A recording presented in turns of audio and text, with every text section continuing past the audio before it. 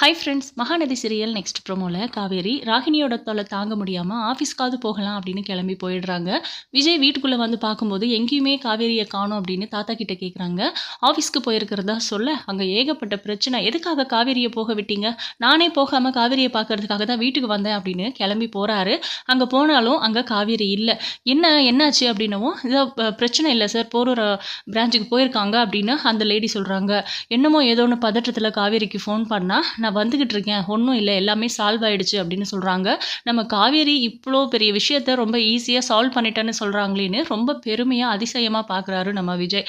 இப்போது எப்படா காவேரி வருவாங்க அப்படின்னு ரூம்லேயே உட்காந்துட்டு இருக்காரு. அதை நம்ம இவ்வளோ பயந்தோம், டென்ஷன் ஆனோம் அப்படின்லாம் தெரிஞ்சால் பயங்கரமாக காவேரி கலாய்ப்பாளே அப்படின்னு நினச்சிக்கிட்டு ரொம்ப கூலாக உட்காந்துட்டு இருக்கிற மாதிரி உட்கார நம்ம காவேரி பார்த்தீங்கன்னா உள்ளே வரும்போதே ஒரு புன்னகையோடு வராங்க. அதை பார்த்துட்டு விஜய் ரசிக்கிறாரு, பிரமிப்பாக பார்க்குறாரு. ரொம்ப நாள் கழிச்சு காவேரியை பார்த்தா எப்படி ரியாக்ட் பண்ணுவாரோ அந்த மாதிரி பார்க்கவும் காவேரிக்கு பயங்கர சந்தோஷம்.